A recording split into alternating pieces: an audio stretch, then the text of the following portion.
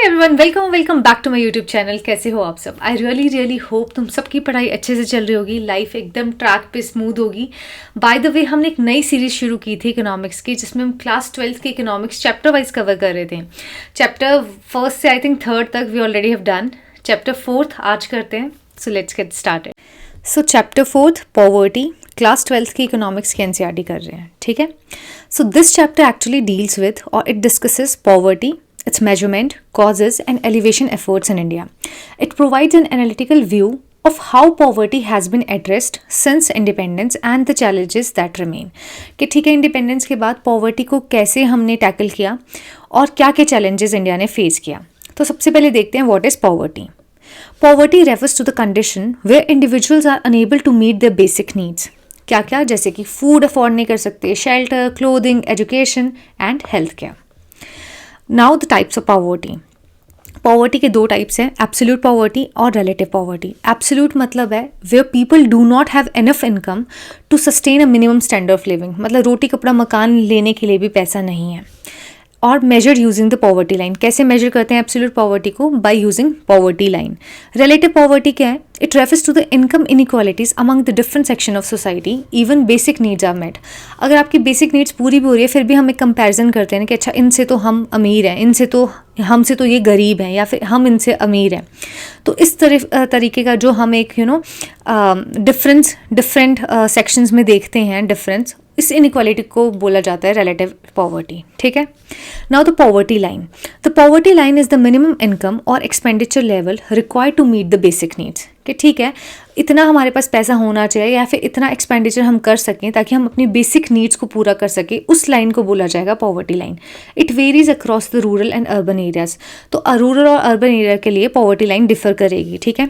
अब हम देखेंगे estimation of poverty line in India. तो पॉवर्टी लाइन का एस्टिमेशन कैसे देखा जा रहा है? सबसे पहले calorie intake norms.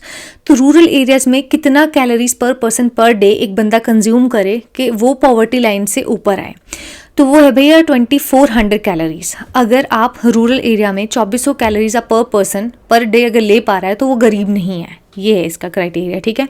Urban areas के लिए वही हो गया 2100 कैलोरीज पर पर्सन पर डे।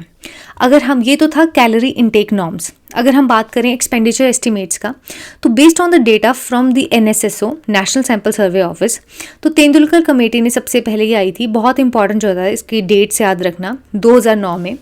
तो उसने बताया था कि it suggested the poverty line of 816 rupees per month in rural areas and 1000 rupees per month in urban areas. तो ये कुछ डेटा है, कुछ फैक्ट्स है, कुछ फिगर्स हैं जो याद करनी पड़ेगी बाय हार्ट। तो सबसे पहले हमने देखा कि estimation of poverty line in India कैसे कर सकते हैं? कैलोरी इनटेक नॉर्म से कर सकते हैं कि ठीक है, रूरल एरियाज में अगर 2400 कैलोरीज पर पर्सन पर डे अफोर्ड कर पा रहे हैं तो वो पॉवर्टी लाइन से ऊपर है। अर्बन एरियाज में वही है 2100 कैलोरीज। अगर एक्सपेंडिचर यानी कि कितना इनकम आपके पास है, तो अगर आपके पास 816 रुपये पर मंथ है, अगर आप रूरल एरिया में रह रहे हैं, तो आप पॉवर्टी लाइन से ऊपर हैं। ये तेंदुलकर कमेटी की रिकमेंडेशन थी, या फिर उन्होंने ये सजेस्ट किया था कि इस तरीके से पॉवर्टी लाइन को डिफाइन कर सकते हैं।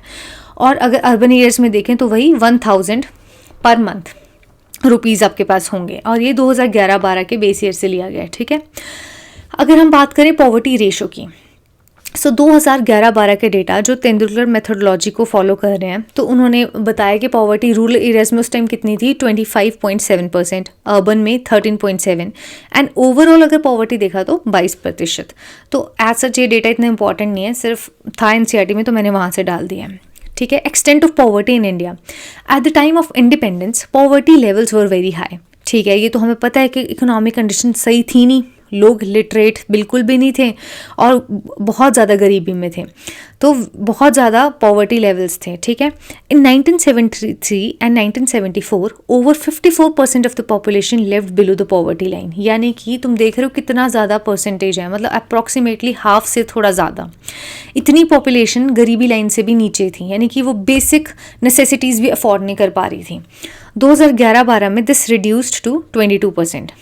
कितने से आया? 54 था 1973 टू 74 के आसपास, लेकिन 11-12 में कितना हो गया? 22%। सो अगर ग्लोबल कंपैरिजन देखें, India has made significant progress in reducing poverty.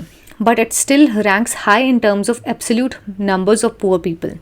ठीक है, इंडिया बहुत ज़्यादा एफर्ट कर रहा है, जैसे कि हमारे SDG गोल्स भी हैं, तो ज़ीरो हंगर पॉवर्टी हटाने के लिए, बट स्टिल जो absolute number of poor people है वो अभी भी हाई है। ठीक है, what are the causes of poverty, कि क्या क्या कॉजेज़ हैं भाई पॉवर्टी के। तो सबसे पहले तो बहुत ही प्रोमिनेंट कॉज है कॉलोनियल एक्सप्लॉयटेशन, जो ब्रिटिशर्स ने हमारी एक्सप्लॉयटेशन की, वो सबसे बड़ा कॉज था हमें गरीबी के अंदर धकेलने का। Deindustrialisation and exploitation during the British rule, again the Britishers का जो मेजर कॉज था, उन्होंने जो हमारी ऑलरेडी एग्जिस्टिंग इंडस्ट्रीज़ की थी उनको डी इंडस्ट्रियलाइज किया, एंड जो हमारी लोकल जितने भी आर्टिसंस थे बिल्कुल बेरोज़गार हो गए, एंड एक्सप्लॉयटेशन किया भर के। तो ब्रिटिश रूल के टाइम पे ये हुआ। Second is low agriculture productivity, agriculture sector अच्छे से ग्रो नहीं हो पाया। क्यों? Lake of the irrigation, small land holdings, क्योंकि यहाँ पे क्या होता है, लैंड होल्डिंग जैसे एक बड़े है तो आगे एक इंसान के 2 बेटे हुए तो आगे फर्दर जो लैंड है वो डिवाइड हो जाएगी, फर्दर उसके 2 या 3 बेटे हुए तो वो अगेन डिवाइड होती चल जाएगी, तो छोटी छोटी लैंड होल्डिंग्स है सबके पास आती रहेगी। एंड ट्रेडिशनल फार्मिंग मेथड्स, तो फार्मिंग में एग्रीकल्चर में कुछ इनोवेशन आई नहीं, ट्रेडिशनल ही रहे मेथड्स फार्मिंग के जो पहले से चले आ रहे थे, बस वही, क्या कोई नया इनोवेशन था नहीं, तो एग्रीकल्चर सेक्टर बिल्कुल भी ग्रो नहीं हो पाया। तो इसकी वजह से भी हम पॉवर्टी में ही रहे। Unemployment and under employment, wide spread seasonal and disguised unemployment, seasonal होता है कि किस पर्टिकुलर टाइम के लिए ही अनएम्प्लॉयड है। फॉर एग्जाम्पल फार्मर्स, जैसे 6 महीने जब काम है तब तक वो काम कर रहे हैं, उसके बाद जब नहीं है काम तो अनएम्प्लॉयड है। ठीक है, कुछ वर्कर्स हैं कि फैक्ट्री जैसे मान लो किसी चीज़ की है, तो लेदर फैक्ट्री है कि वो सिर्फ 6 महीने तक काम करे तो वो सीजनल हो गया। डिस्गाइज अनएम्प्लॉयमेंट मोस्टली हमें एग्रीकल्चर सेक्टर में देखने को मिलता है कि फॉर एग्जाम्पल एक लैंड है तो उसमें एक फार्म है बेसिकली, तो उसमें अगर 5 बंदे काम कर रहे हैं और वो प्रोडक्टिविटी दे रहे हैं 100%, ठीक है, और हम उसमें 2 बंदे और ऐड कर दे रहे हैं, पर फिर भी प्रोडक्शन जो है वो 100% ही है। यानी कि फॉर एग्जांपल एक फार्म से अगर हम 10 पैकेट्स वीट प्रोड्यूस कर पा रहे हैं जब 5 आदमी लगे हैं, और वही हमने 2 बंदे और ऐड कर दिए, पर फिर भी अभी भी जो पैकेट्स ऑफ प्रोडक्शन थी वीट की वो 10 ही है, तो उन 2 बंदों ने आके कुछ नहीं उखाड़ा। तो इसका मतलब ये है कि उनका आना ना होना बराबर है, तो इसको बोला जाता है डिस्गाइज अनएम्प्लॉयमेंट, जो छुपी हुई है, ऐसी अनएम्प्लॉयमेंट जो हमें दिख नहीं रही है, पर फिर भी अगर वो 2 बंदे हम हटा देते तो एज सच प्रोडक्शन पे प्रोडक्टिविटी पे कोई फ़र्क नहीं है।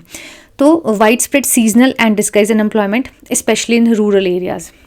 अगला जो मेजर कॉज है पॉवर्टी का, पॉपुलेशन ग्रोथ, रैपिड इंक्रीज हो रहा था प्रोडक्शन में ठीक है, जिसकी वजह से इकोनॉमिक ग्रोथ रुक गई। Social inequality, caste system, gender discrimination and unequal distribution of resources, ये तो तुम्हें पता ही है, कास्ट सिस्टम के बारे में पता है, gender discrimination.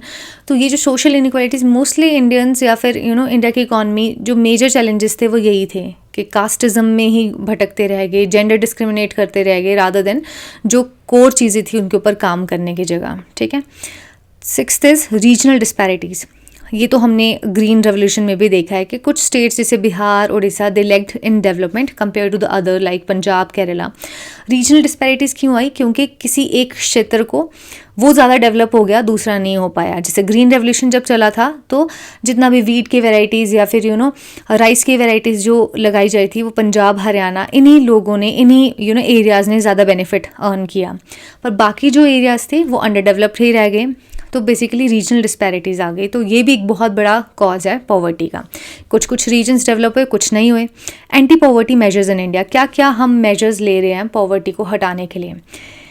India has launch several programmes to address poverty, जैसे कि डायरेक्ट एम्प्लॉयमेंट प्रोग्राम्स, रोज़गार देने के प्रोग्राम शुरू किए हैं, जैसे MG नरेगा, ठीक है, 2005 में। It provides 100 days of guaranteed employment to rural households, कि 100 दिन का आपको गारंटी एम्प्लॉयमेंट मिलेगी, जिसमें माताएं बहनें आराम से पार्टिसिपेट करेंगी और रोज़गार कमाएंगी।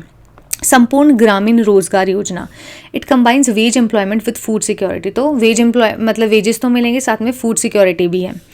Now the another is self employment programmes, जैसे कि IRDP, NRLM, तो national rural livelihood mission which focusing on empowering rural poor through the self help groups. तो क्या होता है रूरल एरियाज़ में जैसे सेल्फ हेल्प ग्रुप बना दिए हैं, तो जितने भी जैसे विमेन मिलके एक ग्रुप बना लेगी जहाँ पे वो थोड़ा थोड़ा कंट्रीब्यूट करेंगी, जब भी किसी एक उस सेल्फ हेल्प ग्रुप के मेंबर्स को ज़रूरत पड़ेगी तो वो जो उन्होंने एक कंट्रीब्यूशन की होती है वो वहाँ से उनको दे देगी।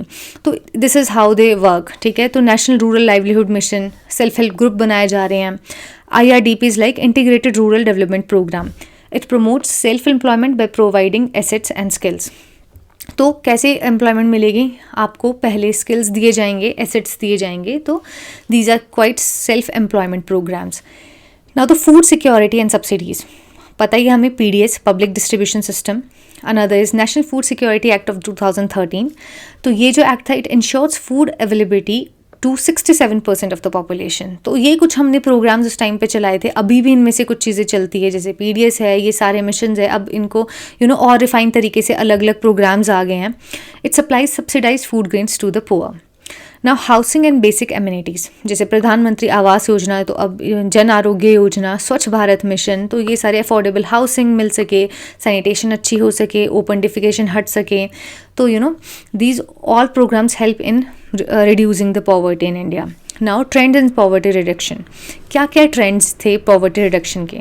The percentage of people below the poverty line decreased, कैसे, फ्रॉम 54% टू 22%। ये हमने देखा 1973 से 74 में 54% of population were below the poverty line, but it has increased. और दिस ये पर्टिकुलर जो चीज़ है वो कैसे डेवलप हुई, 22% हो गया, यानी कि 54% से रेशो आ गया 22%। सो अच्छी बात है, बट स्टिल अभी भी बहुत लोग, 22% इज़ अ ह्यूज नंबर, ठीक है। Urban areas have seen faster poverty reduction due to industrialisation and services growth. तो अर्बन एरियाज में क्या हुआ, पॉवर्टी जल्दी हटी। क्यों हटी जल्दी, क्योंकि इंडस्ट्रियलाइजेशन हुई, इंडस्ट्री सेटअप हुई। इंडस्ट्री जब सेटअप होगी तो रोज़गार मिलेगा, एम्प्लॉयमेंट मिलेगी, वेजेस मिलेंगे, डिस्पोजेबल इनकम बढ़ेगी, तो ऑब्वियसली पॉवर्टी हटेगी, लोगों के पास पैसा आएगा। So rural poverty reduction remain slower due to the agriculture stagnation. और वहीं पे रूरल पॉवर्टी क्यों नहीं हो पाई जल्दी से ख़त्म, या क्यों वो स्टेगनेट ही रही, क्यों वो बहुत स्लो रही, because of the agriculture stagnation. कोई रिफॉर्म्स एग्रीकल्चर में नहीं आए, ना ही एग्रीकल्चर सेक्टर को डेवलप करने के लिए कोई काम किए गए। So the challenges in poverty alleviation, क्या क्या चैलेंजेस आ रहे हैं पॉवर्टी हटाने के लिए, ठीक है, कि पॉवर्टी क्यों नहीं हट पा रही है, उसके लिए क्या क्या चैलेंजेस हैं। अनइक्वल ग्रोथ, जैसे रीजनल डिस्पैरिटीज़ हमने भी पढ़ी। Benefits of economic growth are not equally distributed, economy तो ग्रो कर रही है लेकिन उसके बेनिफिट्स इक्वली डिस्ट्रीब्यूट नहीं हो रहे हैं। तो one such reason is this. Inefficiency in welfare programmes, कि हमने वेलफेयर प्रोग्राम तो शुरू कर दिए कि ठीक है MG नरेगा है, PDS सिस्टम है, बट जो लीकेजेस हैं इसमें, जो करप्शन है इसके इम्प्लीमेंटेशन में, उस पर काम नहीं हो पा रहा है, तो उसकी वजह से पॉवर्टी ख़त्म नहीं हो पा रही है। अर्बनाइजेशन एंड स्लम ग्रोथ, ठीक है, कि अर्बन एरियाज़ में स्लम एक सिस्टम शुरू हो रहा है, ठीक है, रहने के लिए आप अर्बन एरियाज़ में रह रहे हो, बट स्लम कल्चर शुरू हो रहा है। Migration to cities has led to growth in urban slums, okay. Agriculture stagnate है, farmers remain vulnerable due to the lack of support and price fluctuations.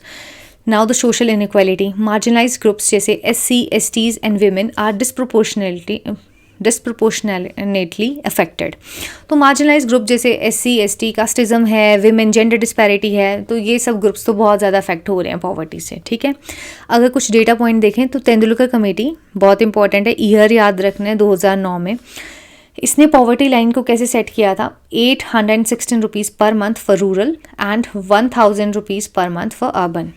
Poverty ratio 2011-12 के हिसाब से अगर देखें तो रूरल का कितना था, 25.7%, अर्बन का 13.7%, ओवरऑल देखा तो 22%। मल्टी डायमेंशनल जो पॉवर्टी जो है it has dropped from 54.7% in 2005-6 to 27.5% in 2015 and 16। तो ये भी देख लेना, मल्टी डायमेंशनल जो पॉवर्टी है बेसिकली वो हर एक सिर्फ एक ही चीज़ नहीं देखेगी, डिफरेंट डायमेंशंस देखेगी कि एजुकेशन में आपको मिल पा रही है बेसिक चीज़ें, आपको हेल्थ केयर मिल पा रहा है या नहीं, तो उन सब पैरामीटर्स को देख के पॉवर्टी को एस्टिमेट किया जाता है। तो बेसिकली ये फिगर भी अगर डिक्लाइन हुई तो अच्छी बात है। सिंस 2005 से अगर 2015 में देखा जाए तो ह्यूज डिफरेंस है, तो यानी कि पॉवर्टी तो कम हो रही है। अगर इसमें कंक्लूजन देखें, poverty in India has declined significantly since independence, ठीक है, due to economic growth and targeted government programmes. तो पॉवर्टी अगर देखा जाए इंडिपेंडेंस से अभी तक कम हो रही है क्योंकि इकोनॉमी ग्रो कर रही है और गवर्नमेंट के कुछ ऐसे टारगेटेड प्रोग्राम्स हैं जिसकी वजह से पॉवर्टी कम हो रही है। However persistent challenges like regional disparities, पर कुछ चैलेंजेस तो हम कर रहे हैं फेस, जैसे कि रीजनल डिस्पैरिटी, कुछ एरिया जल्दी ग्रो कर रहे हैं, कुछ नहीं कर रहे हैं। सोशल इनइक्वालिटी जैसे caste system, SC/STs marginalized group जो हैं वो फेस कर रहे हैं। And the inefficiency in programme implementation need to be addressed, but कुछ चैलेंजेस हैं जिनको एड्रेस करने की अभी भी ज़रूरत है। Inclusive growth, effective governance and social equity are key to eradicating poverty in India. तो किस तरीके की ग्रोथ चल रही है, एक बहुत बड़ा था अनइक्वल तरीके की ग्रोथ चल रही है, तो उसके लिए क्या चाहिए हमें, इंक्लूसिव ग्रोथ, कि हर एक तबके तक ग्रोथ के बेनिफिट्स पहुँचें। अगर इकोनॉमिक ग्रो कर रही है तो every region should get the benefit of it. Governance effective हो, जो लीकेजेस हैं during the implementation of these schemes वो कम होए, करप्शन हटे, सोशल इक्विटी फैले हर जगह। सो इस वजह से इन सब रीजंस से हम इरेडिकेट कर पाएंगे पॉवर्टी को इंडिया में। आइए देखते हैं कुछ questions. What is the primary definition of absolute poverty? Absolute poverty होती है जब आप बेसिक एमिनिटीज़ भी अफोर्ड नहीं कर सकते हैं। तो inability to meet the basic necessities of life, जैसे कि food, clothing and shelter. Second is which of the following committee introduce the calorie based poverty in India? तो ये मैंने उसमें नहीं पढ़ाया था, बट याद रखना, जो कैलोरी बेस्ड के रूरल एरियाज़ के लिए 2400 कैलोरीज पर पर्सन पर डे है और अर्बन के लिए 2100 कैलोरीज पर पर्सन पर डे। ये कैलोरी बेस्ड पॉवर्टी लाइन का जो क्राइटेरिया है वो लक्कड़वाला कमेटी ने दिया था। Okay, so what is the calorie requirement for determining the poverty line in rural India? तो हमने अभी देखा 2400 कैलोरीज पर person per day. The poverty line in India is determined based on which of the following factors? तो क्या क्या factors देखते हैं जब हम पॉवर्टी लाइन को डिटरमाइन करते हैं? First is monthly per capita expenditure, हम देखते हैं कि इनकम कितनी है उसके बेसिस पे, ठीक है। कैलोरी कंजम्पशन, अभी हमने एक मेथड देखा जो लक्कड़वाला कमेटी ने दिया था। Access to health care education, हम ये नहीं देखते हैं क्योंकि अगर हेल्थ केयर एजुकेशन हो तो वो मल्टी डायमेंशनल पॉवर्टी इंडेक्स देखता है, तो basically 1 and 2। Okay, now the multi dimensional poverty index आ गया यहीं पे question. It was developed by which organization? UNDP। नहीं पता होगा तो अभी याद रखना। Which of the following factors has contributed to the most to rural poverty reduction in India? कौन कौन से ऐसे फैक्टर्स हैं जिसने कॉन्ट्रीब्यूट किया कि रूरल एरियाज़ में पॉवर्टी रिड्यूस हुई? कैसे हुई? इंक्रीज एग्रीकल्चर प्रोडक्टिविटी, जब एग्रीकल्चर प्रोडक्टिविटी बढ़ जाएगी तो पॉवर्टी एग्रीकल्चर सेक्टर में ऑटोमेटिकली कम हो जाएगी, right. What is the primary reason for the persistence of the urban poverty in India despite economic reforms? कि अर्बन जो एरिया है वहाँ पे पॉवर्टी क्यों रही अभी तक despite of so many economic reforms? क्यों? क्योंकि ग्रोथ हो रही है of informal employment. Informal employment का मतलब है कि जैसे स्ट्रीट वेंडर्स हैं, कि जो एम्प्लॉयमेंट तो मिल रही है या फिर इंक्रीज़ हो रही है पर फॉर्मल सेक्टर्स में नहीं हो रही है। एम्प्लॉयमेंट किस में हो रही है? इनफॉर्मल में। इसीलिए अर्बन एरियाज में भी पॉवर्टी अभी तक परसिस्टेंट है। Another question is, I think that's probably the last question. Which of the following program is directly aimed at reducing the rural unemployment in India? Rural areas में unemployment को reduce करने के लिए कौन सा हमने प्रोग्राम शुरू किया था? तो इट्स एम्प्लॉयमेंट के लिए तो है MG नरेगा, क्योंकि रोज़गार के लिए स्कीम शुरू की गई थी। सो या एक क्विक ब्रीफ मैंने तुम्हें दिया, क्वेश्चंस हमने किए, पॉवर्टी हमने अच्छे से किया। So yeah guys, that's it for this video and I really hope you loved watching my videos, and if you really do then keep like, share, subscribe and comment, and yeah, देखते रहो। bye bye।